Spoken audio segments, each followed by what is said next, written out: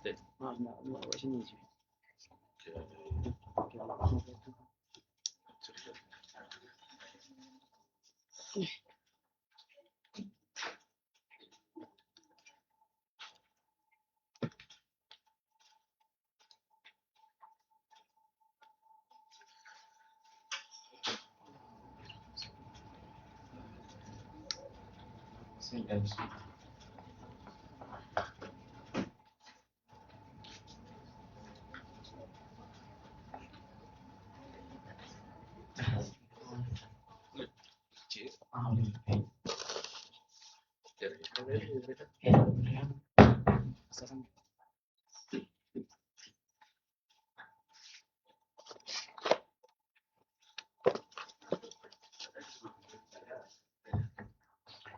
بسم الله الرحمن الرحيم الحمد لله رب العالمين وبه نستعين على أمور الدنيا والدين والصلاة والسلام على أشرف الأنبياء والمرسلين سيدنا محمد الأمين وعلى آله وصحبه والتابعين وتابع التابعين لهم بإحسان إلى يوم الدين وعلينا معهم وفيهم برحمتك يا أرحم الراحمين. ربنا اشرح لنا صدورنا ويسر لنا أمورنا واحلل عقدة من ألسنتنا يفقه أقوالنا. نوينا التعلم والتعليم والتذكر والتذكير النفع والانتفاع والإفادة والاستفادة والحث على التمسك بكتاب الله وسنة رسوله صلى الله عليه وسلم والدعاء إلى الهدى والدلالة على الخير ابتغاء وجه الله ومرضاته وقربه وثوابه سبحانه وتعالى. Pertama-tamanya saya ingin merafakkan syukur kehadirat Allah Subhanahu wa taala kerana dengan limpah dan kurnia-Nya kita masih lagi berada dalam bulan suci Ramadan. Bulan yang merupakan hadiah daripada Allah Subhanahu wa taala untuk umat Nabi Muhammad sallallahu alaihi wasallam. Yang kedua, saya ingin mengucapkan ribuan terima kasih kepada pengerusi Surau Al-Qawiyul Amin, Timbalan Pengerusi, Bendahari dan seluruh ahli jawatan kuasa. Seterusnya kepada hadirin hadirat, muslimin muslimat, tetamu Allah Subhanahu wa taala sekalian. Assalamualaikum warahmatullahi wabarakatuh.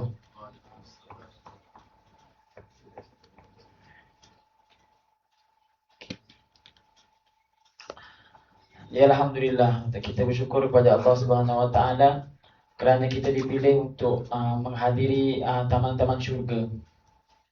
Yang mana Rasulullah sallallahu alaihi wasallam pernah berpesan pada para sahabat, dan hadis ni warid dalam Sahih Al-Bukhari, "Idza marartum bi riyadil jannati farta'u." Jikalau kalian melewati taman-taman syurga maka singgahlah. Sahabat pelik, macam mana taman syurga di dunia ya Rasulullah? Rasulullah kata, apa? Sahabat tanya, apakah itu taman-taman syurga ya Rasulullah? Rasulullah kata, hilaqul zikir, halaqah zikir. Dalam hadis halaqah zikir, ulama sebut, dan sebaik-baik zikir adalah ilmu. Dan darjat ilmu jauh lebih tinggi lagi daripada zikir. Dan pada tengah hari yang mulia ni, kita berkumpul di Surau Al-Qawiyul Amin ni untuk kita nak remind balik hukum hakam yang berkaitan dengan Ramadan. Jadi kita termasuk orang yang menuntut ilmu. Dan Nabi sallallahu alaihi wasallam sebut dalam hadis, talabul ilmi fardhatun ala kulli muslim. Menuntut ilmu itu wajib atas setiap orang muslim. Setiap orang muslim. Ilmu apa yang wajib? Ilmu yang kita nak buat. Ilmu yang kita nak buat itu yang wajib. Contohnya kita nak solat, jadi yang kita wajib pelajari sekarang ni adalah solat, macam tu. Kalau kita sekarang ni duduk kat Malaysia ni kan, haji ada turn. Jadi sekarang kita wajib tak belajar pasal haji? Tak wajib lagi. Bila kita wajib? Kalau kita nak buat haji baru wajib. Sekarang ni alhamdulillah kita dah masuk ke setengah yang kedua daripada bulan Ramadan. Jadi kita nak remind balik lah hukum hakam yang berkaitan dengan bulan Ramadan. Saya tanya, tuan-tuan puan-puan sihat ke? Alhamdulillah. Tadi sebelum saya sampai sini saya sesat tadi. Boleh pula sesat. Pergi sana tadi. Tadi nampak macam sama, macam kan KBS kan dia dengan depan ni sama kan. Ke sana, Mana KBS, mana yang KBS? Buka lah Waze. Waze pula suruh kita pusing. Dia pusing kan, dia kata belok kiri, dia pusing kat sini. Lepas tu belok kiri betul lah. Lepas tu sini belok kiri balik. Kita buat tadi ni. Alah, Waze pun puasa juga, dia pun gila juga. Lalas call saya call ayah saya. Tak angkat. Lagi dah pening. Lepas tu carilah mana lah yang mencari KBS ni. Kita tengok ada orang jual-jual kat bawah tu. Tadi sebelum salam ni kat bawah tu dia jual kan. KBS ni. Tak ikut jalan raya tu tadi. Ikut jalan atas tu. Lantak aku kurus dia. Lepas tu tadi kan jalan kan satu hada dari sini kan. Saya datang dari sana jalan di sini. Ala kulihat sampai dah juga dengan selamat. Alhamdulillah. Okey, kita nak baca sikit tentang puasa. Puasa. Pertama sekali, apakah itu puasa? Puasa dalam bahasa Arab ada dua. Satu as-saum, satu as-siyam. Dua sama je. As-saum ataupun as-siyam. Apakah arti puasa dari ada takrif puasanya apa? Dari sudut bahasa maksudnya al-imsak, menahan. Dan jadi dalam sudut bahasa Arab kita tahan dari apa sahaja, maksudnya kita puasa daripada perkara tersebut dari sudut bahasa. Contohlah dalam Quran sebut Sayyidatina Maryam, boleh dapat tahu beliau dikurniakan putera Isa alaihissalam tanpa wasilah perantaraan seorang bapa. Dia kata inni nazartu lirrahmani sawma. Aku berjanji, aku bernazar kepada Allah untuk puasa. Apa puasa dia? Falan ukallimal yawma insiya. Aku tak akan berbicara dengan sesiapa pun. Maksudnya di sini beliau menahan diri daripada bercakap. Maksudnya puasa daripada bercakap. Ini maksud dari segi bahasa Arab. Dari segi syarak pula, al-imsak an jami'il mufattirat. Menahan diri daripada segala yang membatalkan puasa. Daripada tulu' al-fajar, daripada terbit fajar sehingga terbenam matahari dengan niat yang khusus. Dan dalil daripada Al-Quranul Karim, kita semua tahu, ya ayyuhallazina amanu kutiba alaikumus siyam kama kutiba alal ladzina min qablikum la'allakum tattaqun. Wahai orang-orang yang beriman, telah diwajibkan ke atas kamu untuk berpuasa seperti mana diwajibkan ke atas orang-orang sebelum kamu, untuk kamu bertakwa. La'alla dalam bahasa Arab, la'alla kan kita baca apa contohnya? Banyaklah ayat la'alla dalam bahasa maksudnya at-taraji, agar maksudnya. Maksudnya kalau kat sini dari segi bahasa je lah. Agar kalian bertakwa macam tu. Cumanya la'alla dalam Quran maksudnya mesti. Maksudnya antara sebab untuk bertakwa adalah puasa. Dan kata Ramadan diambil dari perkataan ar-ramdha. Ar-ramdha ni maksudnya har, panas. Panas yang teramat, syiddatul har. Li'annahu yarmidu dhunub. Kata ulama, kenapa dinamakan Ramadan dengan Ramadan? Kerana Ramadan adalah pembakaran bagi dosa dan kesan-kesannya, kesan-kesan dosa. Maksudnya kesan dalam hati kita untuk tinggalkan dosa. Dia bukan Ramadan. Dan kalau kita pergi tanah Arab pun, Ramadan ni bulan paling panas. Bulan paling panas. Safar berawal. Di Jumadil Akhir tu dah start panas dah. Ramadan ni memang panas. Kat negara Arab mana pun lah, memang panas. Kalau kita pergi belah-belah Saudi, belah-belah Yaman sana memang Ramadan memang musim panas. Ala kulli hal. Apa lagi? Dan kita pun nak bincang perkara-perkara yang penting je supaya tak kita ambil yang penting je lah, tak masuk dalam sangat pun. Okey, yang kedua, yang seterusnya hukum puasa. Hukum puasa ni ada 4.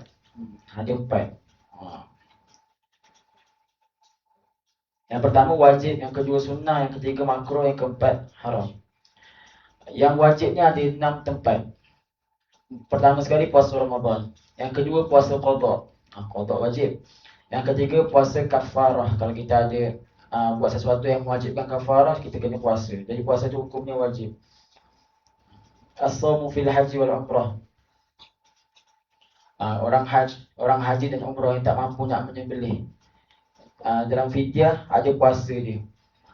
Dan yang kelima, as-shaumu fil istisqa, puasa istisqa. Kalaulah kita ni nak kita nak apa nama dia, nak minta hujan, kita ada kemarau contohnya. Lepas tu pemerintah kata wajib puasa. Untuk memohon rahmat Allah tu, pemerintah kata wajib puasa. So waktu tu puasa jadi fardu lah, jadi wajib. Yang keenam, puasa nazar. Kalau kita boleh cakap, kalau aku dapat, contohlah kalau aku dapat sekian, aku akan puasa. Jadi puasa tu hukumnya wajib. Yang kedua, sunnah. Sunnah ni ada tiga jenis. Ada sunnah yang berulang berulangnya tahun, macam hari Ashura, Tasu'a, Arafah dan sebagainya, 6 Syawal dan semualah. Yang kedua, ada yang berulang dengan berulangnya bulan, macam hari putih 13, 14, 15 dan hari hitam. Hari hitam ni ada yang tuan-tuan puan, semua ramai orang tak tahu. Ada hari hitam. Kalau hari putih kita panggil Ayamul Bid. Ayamul Bid, bukan bed Kita dulu kat Yamat tu belajar kat sana. Kan dia Ayamul Bir, sebenarnya Ayamul Bir. Tapi banyak orang-orang kita dulu, orang Malaysia lah, orang Indon, orang Asia lah, dia kata Ayamul Bir. Ayamul Bir. Bir tu apa? Bir tu telur. Bir tu telur, padahal bukan. Ayamul Bir. Ayamul Bir. Tengok keindahan bahasa Arab. Bertukar sikit je, baris habis. Bertukar habis maksud. Hari putih tu hari telur pula. Waliyahbillah. Yang seterusnya hari hitam 28, 29, 30. Ni pun disunahkan puasa. Ada yang berulang dengan berulangnya minggu, macam hari Isnin dan Khamis. Ni banyak yang buat. Dan sebaik-baik puasa sunnah adalah puasa Nabi Daud. Puasa Nabi Daud. Nabi Daud puasa macam mana? Nabi Daud puasa sehari sehari tidak. Sehari puasa sehari tidak. Nabi sendiri yang iktiraf. Nabi kata afdalus siyam wa akhi Daud. Puasa yang paling baik adalah puasa saudaraku Daud. Kana yuftiru sawman wa yasumu yawman. Beliau dulu puasa sehari puasa. Maksudnya hari Isnin puasa, hari Khamis tak puasa, hari Selasa hari Isnin puasa, hari Selasa tak puasa, hari Rabu puasa, macam tu. Puasa Nabi Daud. Kalau tuan-tuan nak amalkan, boleh amalkan. Puasa Nabi Daud. Ini sebaik-baik puasa sunnah. Lebih baik daripada puasa Isnin, Khamis, semua itulah. Ini yang paling terbaik. Makruh. Yang ketiga, makruh. Ifradu yaumil jum'ati awis sabti awil ahad. Kita mengkhususkan puasa pada salah satu hari daripada hari Jumaat, Sabtu, Ahad. Contohnya kita puasa hari Jumaat je, makruh. Puasa hari Sabtu je, makruh. Puasa hari Ahad je, makruh. Sebab apa? Sebab hari Jumaat adalah perayaan orang Muslim, dan hari Sabtu adalah perayaan orang Yahudi, dan hari Ahad adalah hari yang diagungkan oleh orang Nasrani. Orang Nasrani ni orang Kristian. Jadi mengkhususkan antara Jumaat, Sabtu, Ahad dengan puasa hukumnya makruh. Jadi kalau nak puasa juga, puasa 2 hari contohnya, Jumaat, Sabtu, ataupun Khamis, Jumaat macam tu. Sabtu, Ahad. So terangkatlah hukum makruh ni tadi. Wasawmud dahr. Ada banyak ulama yang mengamalkan saumud dahr. Saumud dahr ni apa? Puasa setahun penuh. Nama dia puasa dahr. Dahr tu setahun maksudnya. Puasa setahun penuh. Kecuali pada hari-hari yang diharamkan puasa. Ada banyak ulama yang buat. Makruh kalau dia takut pada diri dia, kalau dia ni puasa dia akan sakit, makruh lah. Ataupun dia akan ketinggalan perkara yang sunnah. Contohnya kalau kita pergi kenduri, sunnah kita buka puasa kalau puasa sunnah untuk meraihkan tuan rumah tu. Jadi kalau dia puasa setahun ni, dia akan ketinggalan sunnah yang lebih lagi, itu meraihkan tuan rumah tu. Jadi makruh kalau dia takut akan diri dia sakit dan sebagainya, dan makruh juga kalau dia akan ketinggalan perkara yang lebih afdal lagi. Puasa setahun, saumud dahr. Masya-Allah. ada salah seorang syekh ataupun tokoh lah di Hadramaut, nama Syekh Abu Bakar bin Salim. Syekh Abu Bakar bin Salim, beliau dulu puasa setahun, kecuali hari-hari yang diharamkan puasa. Dan yang keempat, ada yang puasa hukumnya haram. Hukumnya haram. Dan haramnya ada dua keadaan. Ada haram yang sah, ada haram yang tidak sah. Haram yang sah ni puasa seorang isteri tanpa izin suami. Isteri kalau nak puasa sunnah kena ada izin suami. Ni lama yang buat macam ambil ringan lah. Tak perlu pun buat izin, minta izin. Cukup suami tahu cukup lah. Bang, esok saya nak puasa. Okey kan? Tapi ini haram dengan sah. Haram dan sah. Puasa seorang isteri tanpa izin suami, ataupun puasa seorang hamba tanpa izin tuannya. Haram tapi sah. Ada yang haram tapi tak sah. Ini yang kita ramailah tahu. Yang pertama, puasa Hari Raya Aidilfitri. Yang kedua, Hari Raya Aidil Adha. Yang ketiga, puasa ayam tasyrik, hari-hari tasyrik, 11, 12, 13 Zulhijjah. Yang keempat, berpuasa pada setengah yang kedua bulan Syaban, daripada 16, 17, 18 sampai akhir. Kecuali kalau dia dah sambung dengan puasa sebelumnya. Maksudnya dia nak puasa 16, dia kena sambung daripada 15 sudah puasa lah, paling-paling pun 15. Dan jika dia terberhenti satu hari je, jadi haram disambung dah. Kalau nak puasa full sampai habis bulan Syaban. Hikmah dia kenapa Allah haramkan puasa 15 kedua bulan Syaban ni, supaya kita rasa penat bulan Ramadan. Kalau orang dah puasa daripada bulan Syaban, puasa 16 pun puasa, 17, 18, datang puasa Ramadan tak rasa dah. Jadi para ulama sebut hikmah Allah Subhanahu Wa Taala mengharamkan puasa di setengah yang kedua Syaban untuk meraihkan Ramadan. Seterusnya, ini tak payah.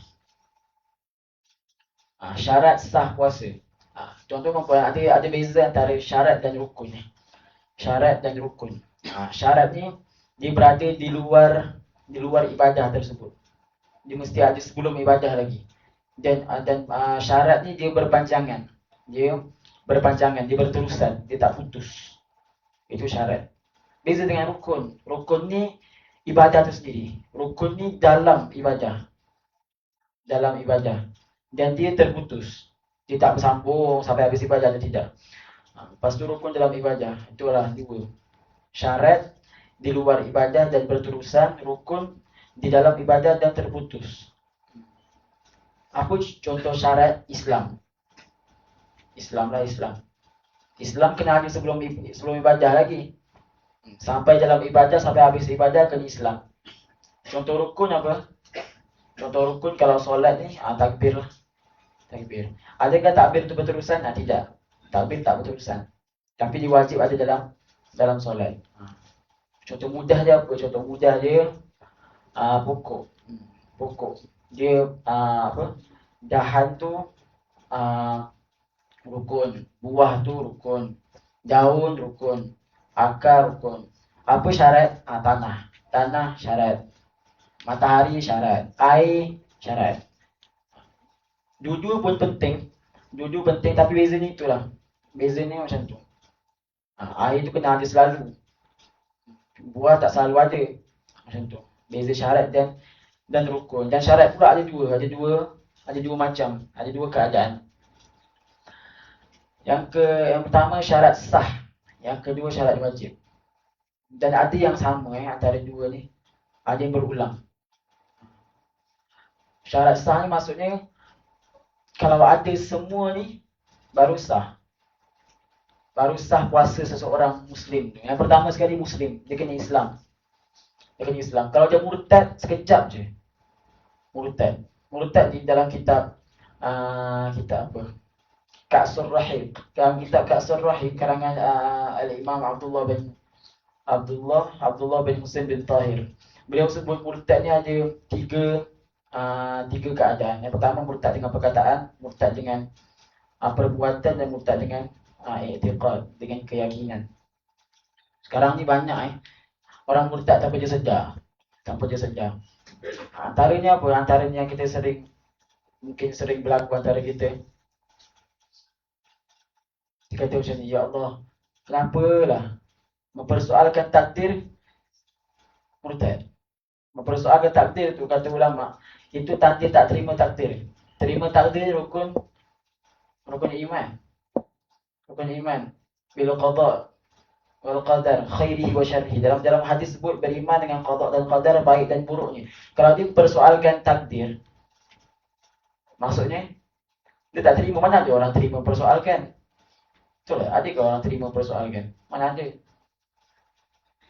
Tak ada. Yang sering berlaku juga, banyak dalam kitab kat Surahik tu banyak sebut. Banyak macam push. Contoh. Kita kata macam ni. Ya Allah, kenapa? Kalau bukan sebab Nabi Adam tu, kita tak ada kat dunia sekarang. Pergi makan buah, lepas tu kena halau, kita kat dunia. Murtad. Jadi ala kulli hal, walaupun dia murtad sekejap saja, terbatal puasa. Sebab syarat sah puasa adalah Islam. Yang saya sebut tadi, syarat ni ada daripada sebelum ibadah sampai habis ibadah. Yang kedua, akal. Mestilah orang yang berakal. Walaupun dia hilang akal, walaupun 1 detik, 1 saat, maka terbatallah puasa. Yang ketiga, suci daripada haid dan nifas.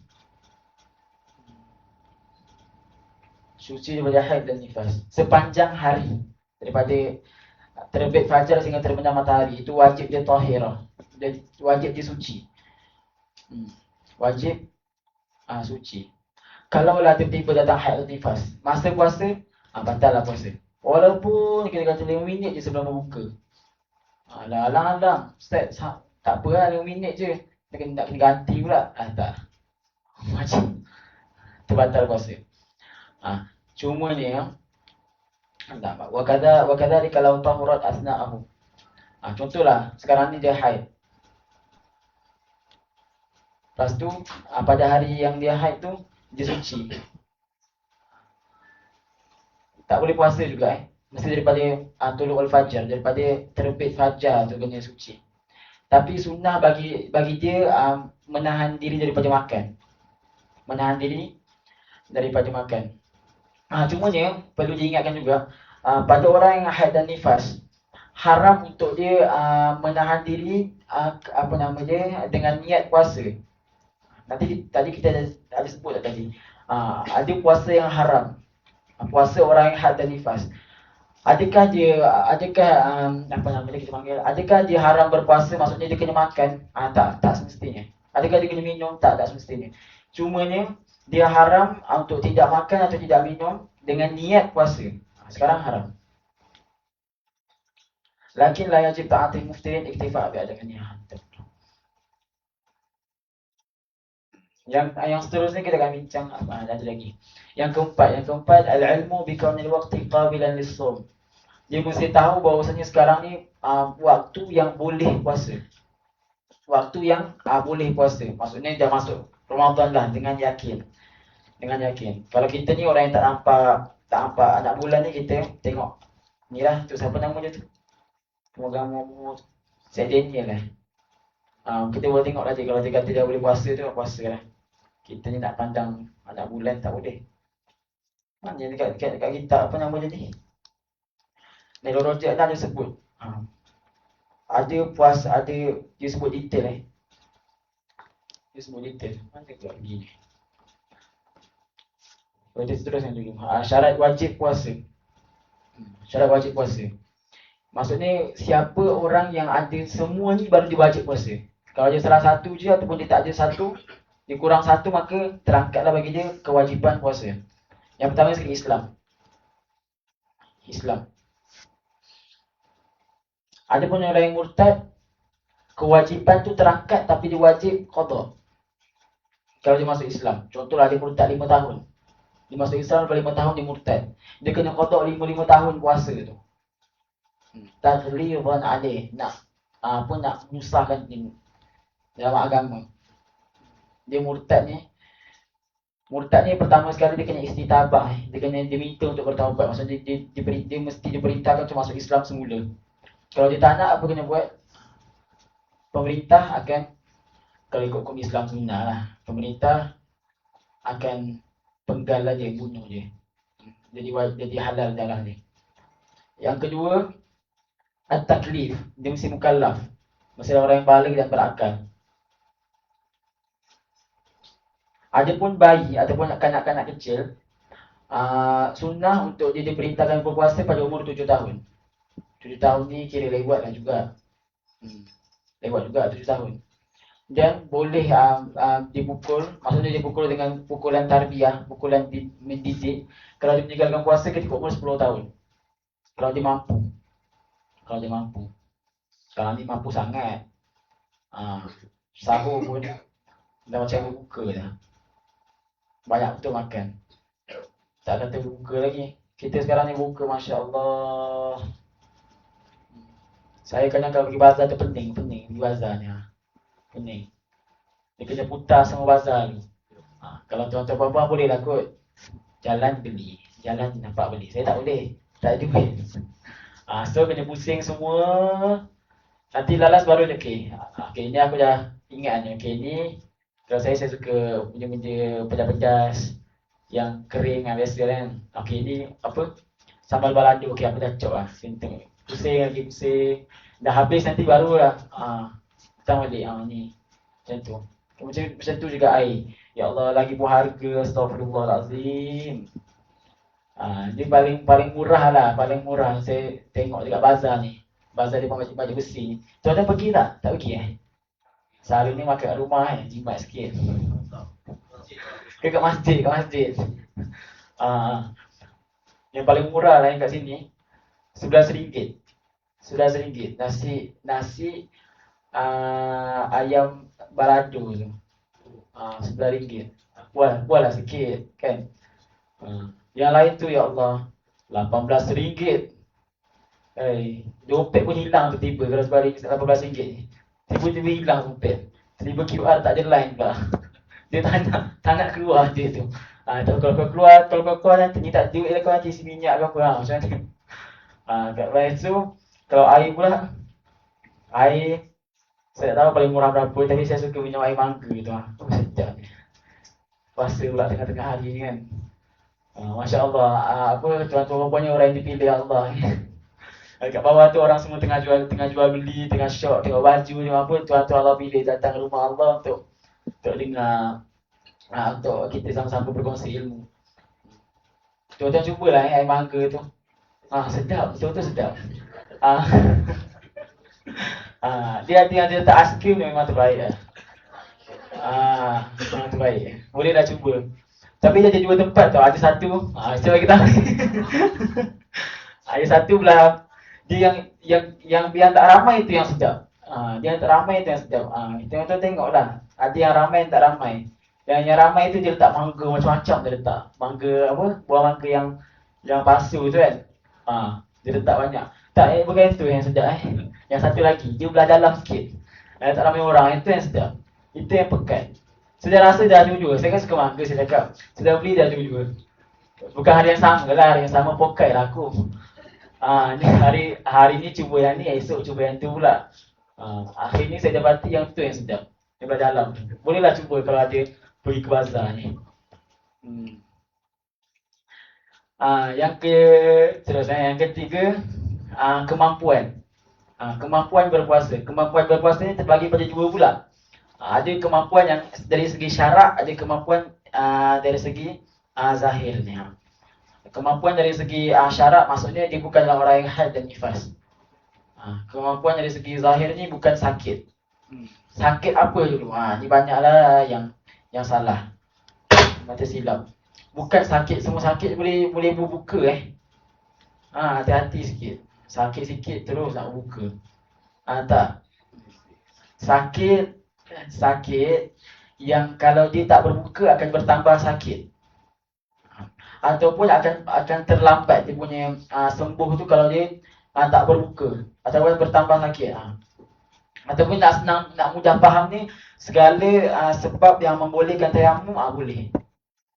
Boleh untuk dia berbuka, boleh boleh. Bukan sunnah, boleh. Beza tu, dia yajuz. Masalah dia yajuz tu boleh. Boleh, bukan sunnah. Ala kulli hal, dia ada rukhsah lah daripada Allah, dia ada rukhsah. Ada izin, keringanan. Ya Allah. Itu pun ada apa nama dia? Ada perincian juga Dia mestilah keluar daripada tempat kalau dia musafir. Kalau dia musafir, dia mesti keluar daripada tempat dia musafir tu ataupun melewati garis terakhir bandar dia sebelum subuh. Sebelum subuh. Sebelum subuh. Ini ada sebut. Ayusafiru qabla tulu'il fajri. Dia mesti keluar daripada dia punya tempat tu sebelum fajar. Sebelum fajar. Dan dia mestilah pergi dengan safar tawil. Dia ada dua safar. Ada dua musafir. Ada orang musafir dengan safar pendek. Ada musafir dengan safar panjang. Safar panjang ni apa? Dia mesti lebih daripada 82 kilometer. Mesti lebih daripada tu. Kalau kurang daripada tu, kita panggil safar pendek lah. Safar pendek. Lebih daripada tu baru boleh berbuka. Boleh. Kata ulama sufi ulama sufi sebut. Memanglah Allah kata boleh. Allah kata boleh ni untuk orang-orang awam. Untuk orang-orang awam yang tak mungkin tak kuat, mungkin tak larat. Cuma kita ni kalau ada bos kita kata awak boleh balik sekarang kita tak balik ke? Kita buat kerja ke? Agak-agak bos sayang ke tak? Siap sayang. Kalau Allah kata, sekarang ni kau boleh berbuka. Tapi saya tak nak buka ya Allah. Saya nak sambung juga. Walaupun Allah beri saya rukhsah, saya nak sambung juga. So mestilah Allah sayang. So kalau boleh kita sambung je lah. Musafir dulu ni, kenapa dibolehkan untuk berbuka? Sebab dulu musafir pakai unta bang. Kita sekarang musafir pakai flight. Dalam flight pula ada aircon. Ada lagu, boleh dengar, boleh tidur, boleh baring. Tak adalah baring. Lebih melampau betul. Boleh tidur lah yang penting. Tak macam dulu ni yang dibolehkan tu kalau bila apa naik unta. Contoh benar rasa naik unta je, ya Allah. Saya dulu kat sana, kat Yaman dulu. Waktu tu umur 14 tahun kot. Saya naik unta je lah kena bayar. Lepas tu tak gambar je lah, kamera buruk. Ada je gambar tu. Kamera memang Yaman punya lah, Yaman style. Yaman ni antara negara termiskin kat dunia. Yaman, Somalia, antara negara termiskin. Kenapa Yaman miskin? Sebab Yaman tak ada pemerintah. Ada 3 pemerintah kat Yaman ni tuan-tuan, kalau tuan-tuan nak tahu. 3 ni klaim Yaman tu dia punya. Seorang duduk kat utara Yaman, seorang duduk kat Saudi, seorang duduk kat Dubai. 3 ni klaim Yaman tu dia punya. Sudah. Pasal Yaman pun bukan dia terbekalai je Yaman tu, tak ada orang urus pun. Yang ada ni pemerintahan tentera. Pemerintahan tentera ada. Itu pun dia bukan satu Yaman je cover tak. Yang Houthi tu dia ada tempat dia. Yang Houthi yang tolong Palestin tu ada tempat dia. Yang ni pula ada tempat dia. Dia tak cover semua pun. Lagi belah-belah Hadramaut tu memang miskin lah. Dia yang kaya tu belah-belah utara yang kaya. Belah-belah utara tu yang kaya. Belah-belah Hadramaut ni tempat-tempat Habib-Habib ni, Tarim, Sayun, apa lagi. Inat tu semua tempat-tempat miskin lah. Halal kuliah hal. Cerita apa tadi? Lupa dah. Tadi masuk Yaman pula. Dia cerita siapa je? Bukan. Ni bakal nak buka semua ni. Tadi semalam saya tengok iklan apa tu? Kuih hijau tu mana tadi? Onde-onde. Apa? Onde-onde. Onde-onde bunyi iklan ya Allah. Nak suruh buka time tu juga. Dengan dia bukanya lagi, dengan meleleh je punya. Astaghfirullahaladzim. Itulah Yaman. Cerita apa dia? Apa dah? Masuk Yaman Apa pula mangga pula, jangan. Musafir, aywa. Musafir. Lepas tu ni apa kaitan dengan Yaman? Sekejap. Sama-sama. Naik unta, aywa, naik unta. Dulu orang naik unta ni, Masya Allah. Lepas tu unta ni je lah garang. Kalau unta dia tak suka warna kuning, warna orange tak suka. Apalagi warna merah. Unta dia terpantang sikit. Lepas tu saya pakai warna kuning pula. Gambar tu ada kat rumah. Ada.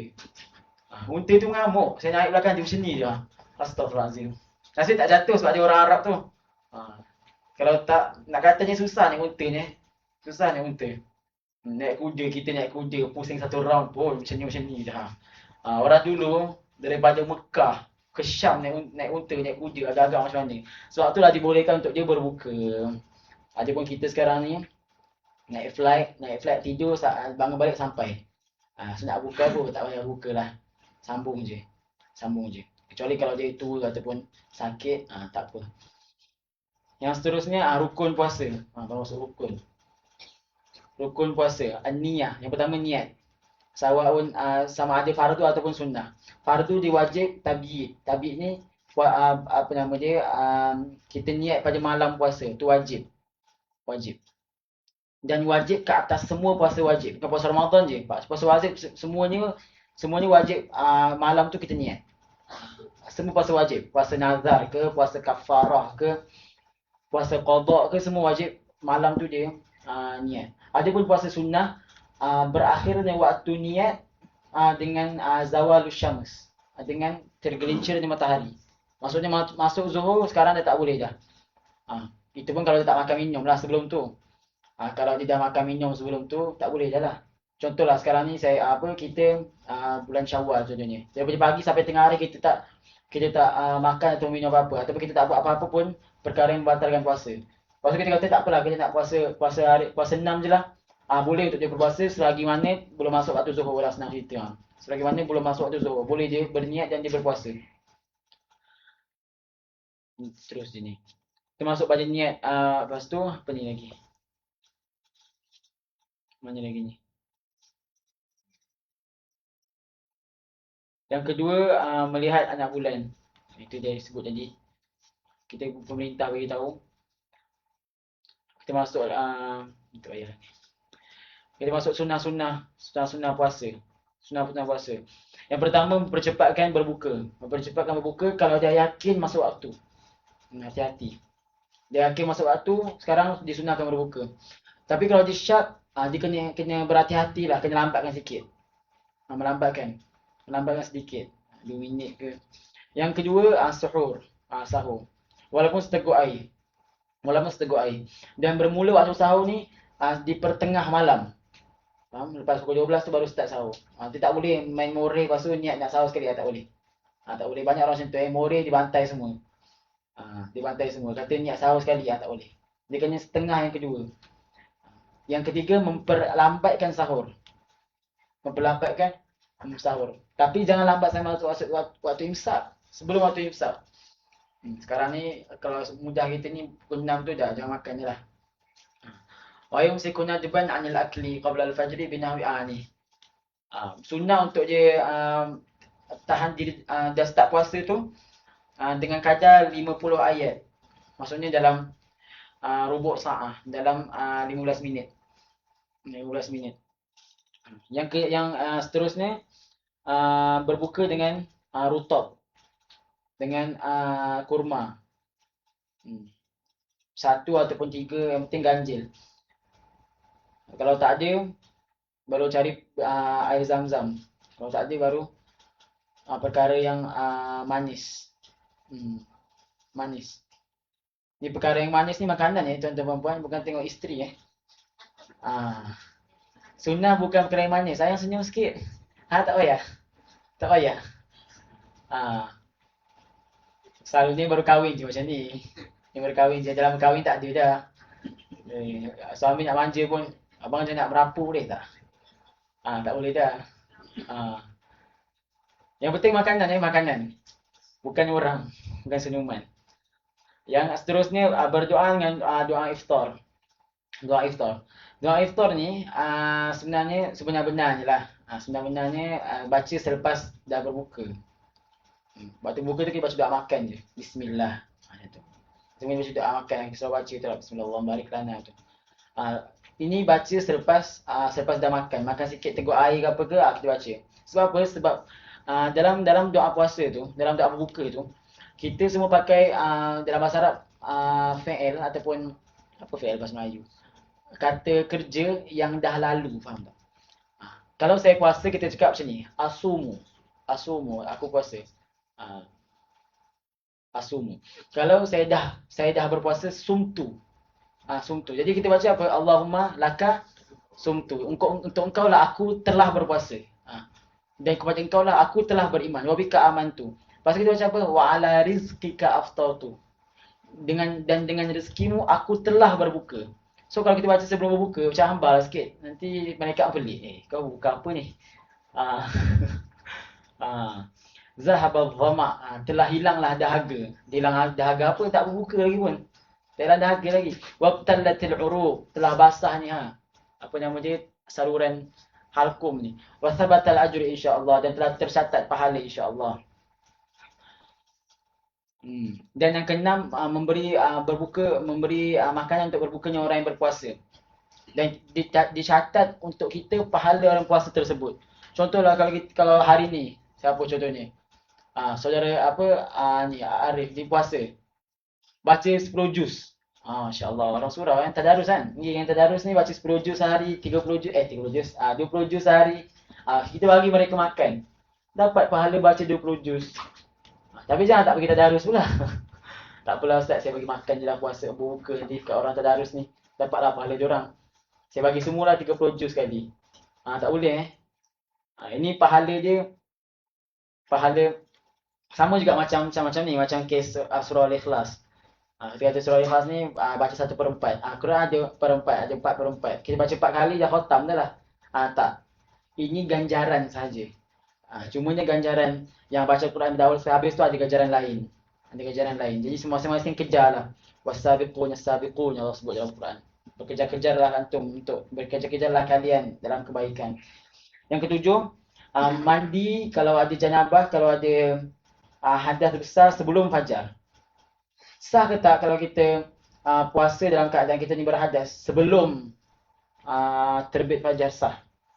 Sah. Cumanya untuk keluar dari khilaf. Ada yang kata tak sah. Ada ulama kata tak sah. Kita nak keluar dari khilaf tu, khuruj minal khilafi aula. Ada kaedah fiqh cakap keluar dari khilaf tu lebih baik. So kita mandilah sebelum terbit fajar tu. Dan sunnah untuk dimandi setiap malam daripada malam-malam Ramadan. Selepas maghrib. Likayan syatalil qiyam, untuk dia semangat untuk solat maghrib, solat isyak. Dan tarawih seterusnya. Apa hukum mandi waktu puasa? Harus hukumnya. Yang makruh tu memperbanyak mandi. Kejap-kejap mandi. Tak habis-habis mandi. Ni makruh lah. Dan jadi haram kalau dia takut apa nama dia? Masuk masuk ain, masuk sesuatu dalam rongga-rongganya. Dalam telinga ke, dalam mulut ke, dalam hidung ke. Sama juga macam berus gigi lah. Berus gigi ni harus sebenarnya. Cumanya kalau ditakuti masuk nanti, jadi tak boleh lah. Tak boleh, hati-hati. Kalau mandi pun mandi biasa-biasa je, nak over sangat. Mandi biasa-biasa je. Jangan, kalau rendam memang tak boleh. Rendam, mana tahu ada rumah orang ada tak apa, itu memang tak boleh, mutlak. Tak boleh. Sebab dia mesti masuk. Dari kemaluan ke, dia mesti masuk. So memang tak boleh. Mandi biasa je. Mandi jangan tak perlu nak sapu-sapu telinga sangat, takut masuk air. Baik tak payahlah. Macam tu juga berus gigi. Berus gigi ni dia dibolehkan sebelum zuhur. Lepas zuhur dah makruh.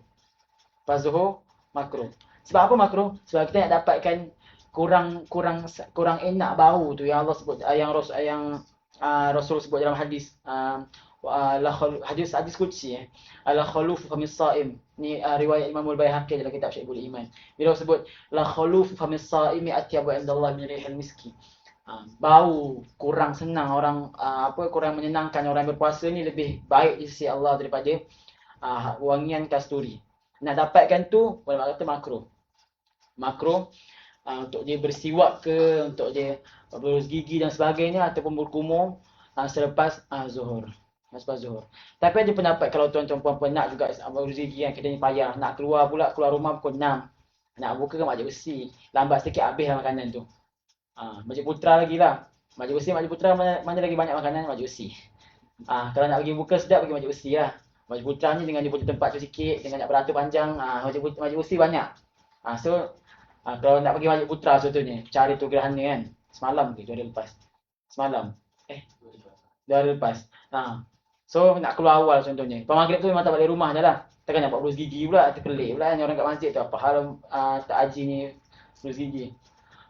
So kata Imam Nawawi, ada satu pendapat Imam Nawawi tak makruh. Tak makruh. Pendapat Imam An-Nawawi. Dalam mazhab Syafi'i ni bukan, bila kita kata mazhab Syafi'i, kita sedang bercakap tentang mazhab. Dalam mazhab ni ada ramai ulama. Ada setengah orang dia kata, ni Imam Syafi'i kata tak boleh ni. Imam Syafi'i kata tak boleh. Kamu kat Malaysia kan, ikut mazhab Syafi'i. Tak.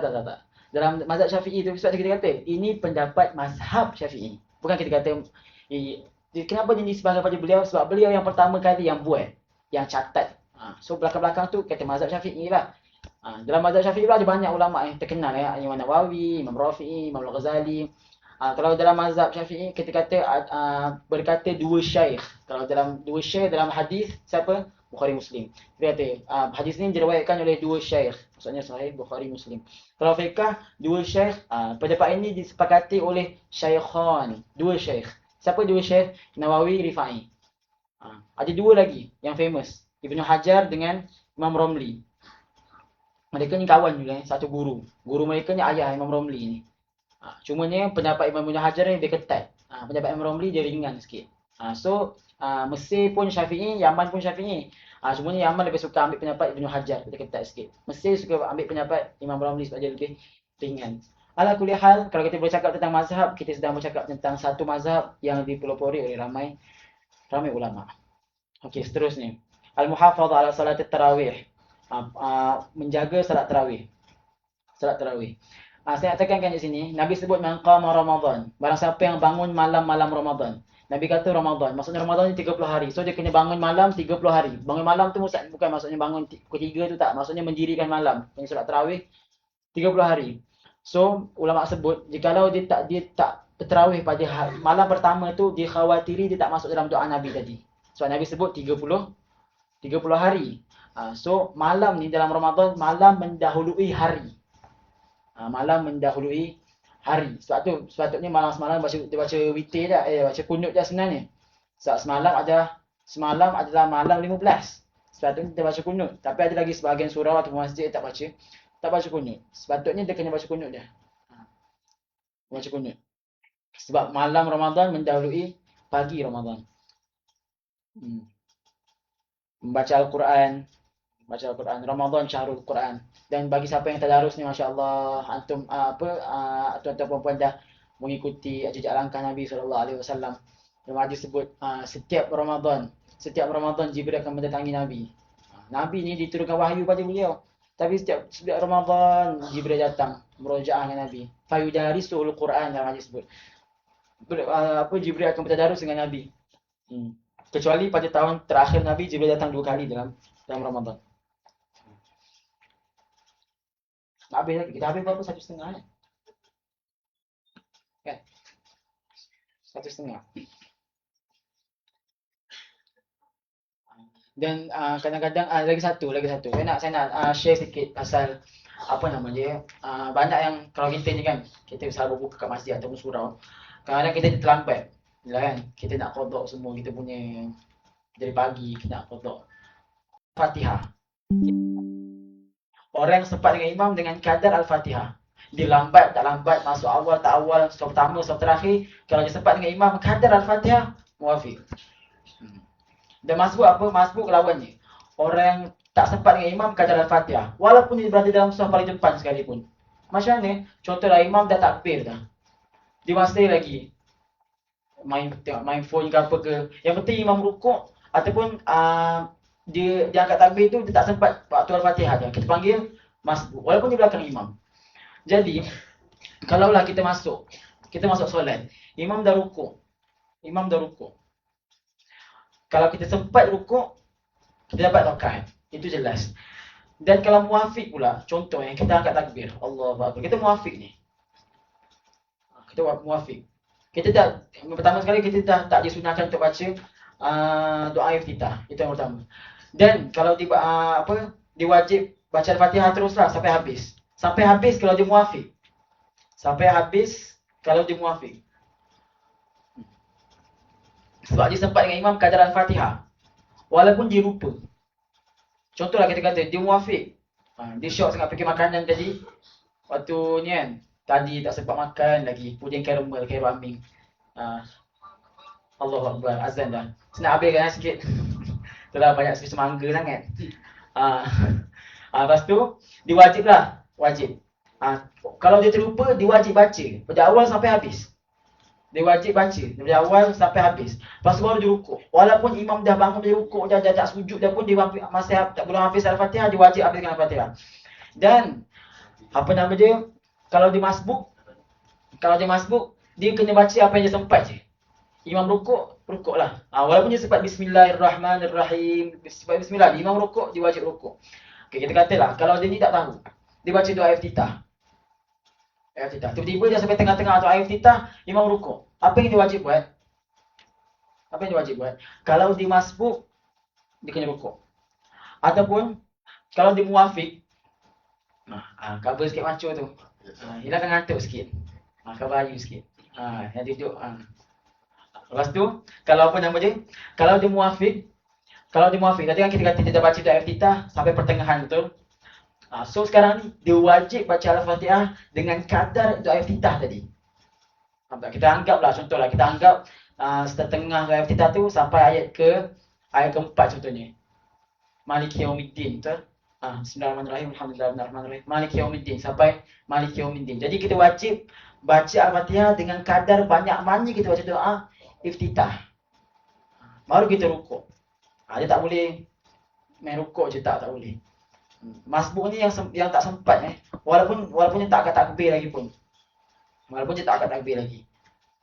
Ulama beza pendapat manakah yang paling afdal dalam solat? Berdiri ke, rukuk ke, sujud? Semua ada pendapat dia, semua ada dalil dia.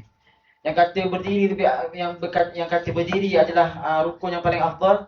Mereka berdalil apa? Dalil mereka sebab dalam berdiri kita baca Al-Quran. Al-Quran adalah bacaan terbaik, bacaan teragung, bacaan termulia. Jadi kita kata berdiri adalah tempat bacaan termulia, jadi dia rukun yang paling mulia. Yang kata rukuk pula terbaik, orang cakap sebab rukuk ni seorang makmum akan dapat satu rakaat dengan rukuk je. So mereka cakap rukuk lah yang terbaik. Ada kata sujud pula. Sujud pula adalah pakai hadis Nabi SAW. Dia sebut dalam hadis, aqrabu ma yakunul abdu min rabbihi wa huwa sajid. Seorang hamba paling dekat dengan Allah ketika dia sujud. So mereka kata paling dekat dengan Allah kot. Setelah yang paling terbaik. Subhanallah, fikah ni best benar belajar. So masing-masing ada pendapat. Tapi sekarang kita nak bahas pasal masbuk saja. Ala kulli hal, kita kena berhati-hati lah, berhati-hati. Yang paling terbaik tu janganlah cepatlah sikit. Sebab kadang-kadang imam pun Bilal pun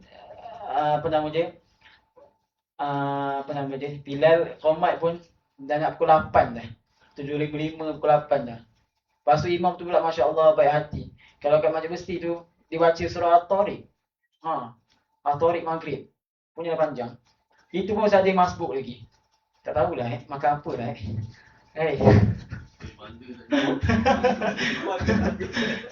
lah. Tuan-tuan pun dah cuba ya puding caramel aming tu. Cubalah memang sedap tu pun saya ni juga syorkan juga makan. Ya Allah sedapnya.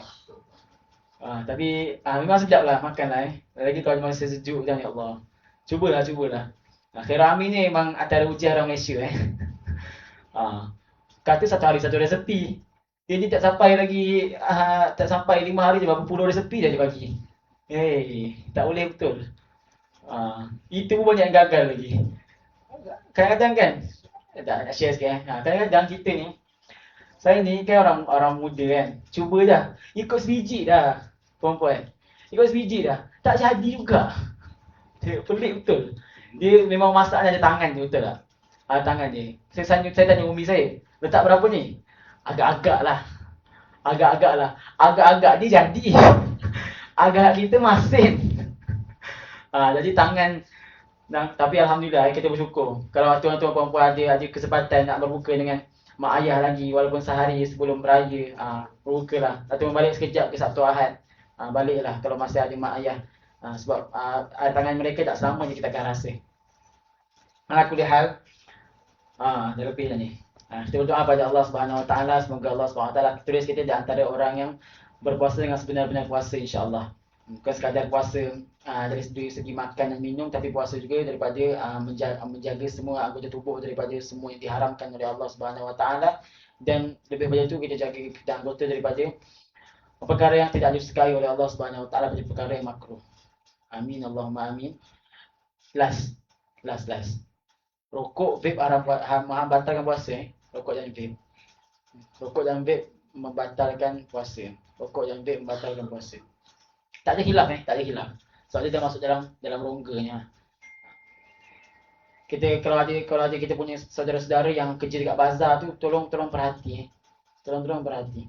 Bukan tuduhan jahat ke apa. Saya ada kawan kerja kat bazar. Diorang tanya tau setiap hari. Ni yang berlaku dalam masyarakat kita Islam Melayu ni kat Malaysia. Puasa tak? Dia bukan tanya, tak puasa kita tak ditanya puasa ke tak? Maksudnya yang banyak di antara mereka tu tak puasa, waliyadzubillah. So kalau ada saudara-saudara ke anak-anak yang apa, kita ada anak saudara ke apa yang kerja kat bazar ni, tolong tanya. Kadang mereka memang tak puasa tunjuk sikit minum air, waliyadzubillah min zalik. Antara sebab Allah turun balak bila mana maksiat dilakukan terang-terangan. Pijak Quran. Terang-terangan, tak ada apa-apa. Contohnya tak ada apa-apa tindakan. Ini antara perkara yang mengundang balak kepada Allah Subhanahu Wa Taala. Kalau kita buat maksiat, tak siapa yang tahu kecuali Allah. Allah masih boleh tutup, Allah masih boleh ampunkan. Tapi bila mana maksiat itu dilakukan terang-terangan, mujaharah bahasa Arab ni. Semua umatku diampunkan kecuali orang yang mujahir. Mujahir ni orang yang lakukan terang-terangan. Dia pergi share pula. So ni antara perkara yang mengundang balak. Yang dapat balak bukan dia saja, dia dan setiap orang yang tak mengingkari. So repost lah kalau ada benda-benda macam pasal pijak Quran, repost je.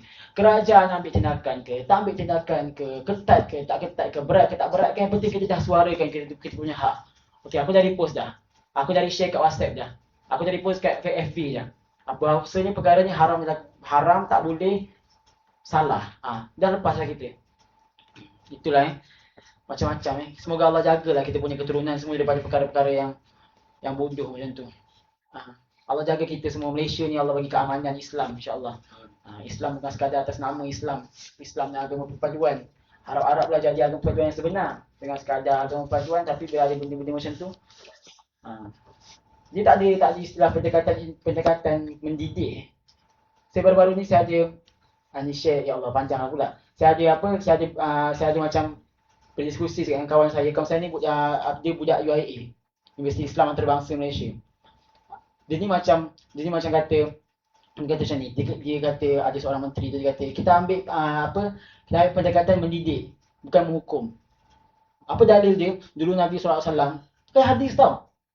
Punyalah dia kena ambil dalil, dia kena belajar nama dia qadaya al-istidlal. Nak ambil dalil, nak celup-celup macam tu, cedok macam tu, dia kena belajar nama dia qadaya al-istidlal. Cara nak ambil dalil, sesuai ke tidak, kena ke tidak tempat dia.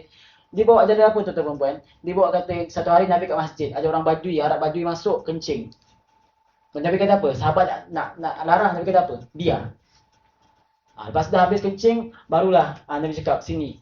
Ini masjid rumah Allah, tempat suci, tak boleh, tak layak untuk benda-benda macam ni. Kalau nak kencing tempat lain. Kita ambil pendekatan mendidik. Arab Badui, terutama sekali Arab Badui ni, sifat dia selalu berpindah randah. Dia ada tempat tetap.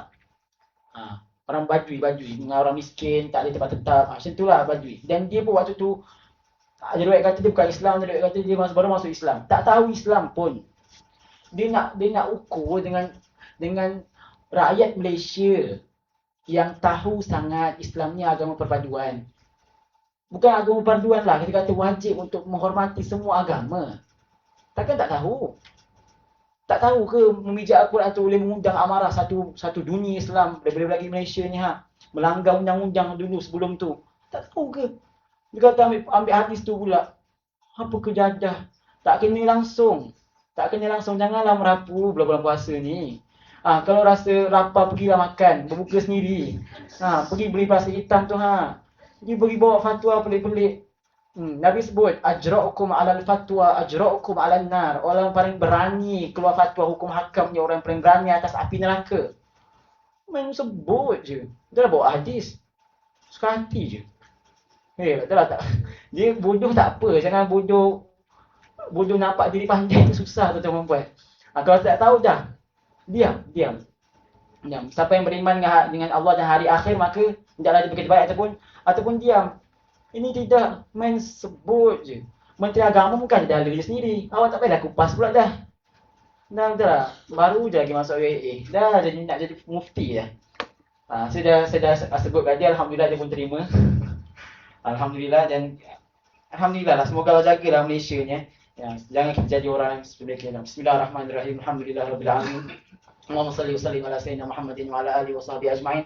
Ya Allah, Tuhan kami berkatilah puasa kami. Ya Allah, Tuhan kami berkatilah surah Al-Qawiyil Amin ini. Ya Allah, jagalah segala semua hadirin hadirat yang hadir pada tengah hari yang mulia ini. Ya Allah, antara orang-orang yang dimasukkan oleh-Mu dalam syurga Ar-Rayyan. Ya Allah, syurga yang Kau janjikan untuk orang-orang berpuasa. Ya Allah, masukkan kami semua di sana. Ya Allah, jadikan kami orang yang berpuasa dengan sebenar-benar puasa. Ya Allah, zahir dan batin kami berpuasa untuk-Mu. Ya Allah, dan bagilah kami ganjaran yang Kau janjikan, ganjaran yang tiada penghujung untuk orang yang berpuasa. Ya Allah, dan berkatilah semua yang menjadi musabab atas berdirinya majlis pada pagi ini, tengah hari ini, insya-Allah. Semoga semuanya diganjarkan oleh Allah dengan pahala yang berlipat ganda. Semoga Allah balas, semoga Allah saja yang balas jasa-jasa baik mereka semua. Ya Allah, Ya Allah, ganjarkanlah pahala mereka ini, Ya Allah, di bulan Ramadan. Ya Allah, berkatilah kami bulan Ramadan. Terimalah pahala puasa kami. Ya Allah, terimalah ibadah puasa kami. Ya Allah, bagilah kami ganjaran yang tiada penghujung. Ya Allah, Ya Arhamar Rahimin. Ya Arhamar Rahimin, Arhamar Rahimin. Berkatilah pada saudara-saudara yang ikut tadarus ni. Ya Allah, semoga mereka semuanya ditulis oleh Allah di antara keluarga-keluarga Allah di dunia, iaitu ahli Al-Quran. Amin, Allahumma amin. Semua yang baik kita minta daripada Allah dan kita memohon daripada Allah untuk jauh dari segala yang buruk. Wassallallahu ala sayyidina Muhammadin wa ala alihi washabihi wasallam. Walhamdulillahirabbil alamin. Wassalamualaikum warahmatullahi wabarakatuh. Minta maaf lah terlebih masa. Ini semua angkara pulut mangga. Mangga, pujian kerma, saya amin. Alhamdulillah, terima kasih ucapkan kepada Ustaz Adam Hakimi